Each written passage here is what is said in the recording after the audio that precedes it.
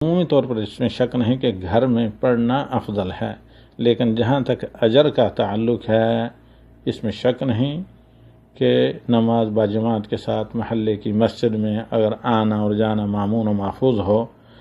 بازاروں میں بے روک ٹوک جاتی ہیں تو مساجد جو اللہ تعالیٰ کے گھر ہیں، جس کو اللہ کے نبی صلی اللہ علیہ وسلم نے کہا کہ افضل بلاد اللہ مساجدہا و اشرف بلاد اللہ اسواقہا، تو بازاروں میں رہیں اور اس کے بجائے یہ وقت مسجد میں گزاریں، تو اس میں شک نہیں کہ مسلمانوں کی جماعت میں شرکت ہونا، دعاؤں میں شرکت ہونا، جماعت کے ساتھ نماز پڑھنا، طویل قرات صحیح ادائیگی کے ساتھ تجوید کے ساتھ قرآن کی سننا، یہ تمام چیزیں اجر کو کئی گنا زیادہ کرتی ہیں، اور ساتھ ہی ساتھ جو آمد و رفت میں قدم اٹھتے ہیں ان کا اضافی اجر ملتا ہے۔ تو اس اعتبار سے یقینی طور پر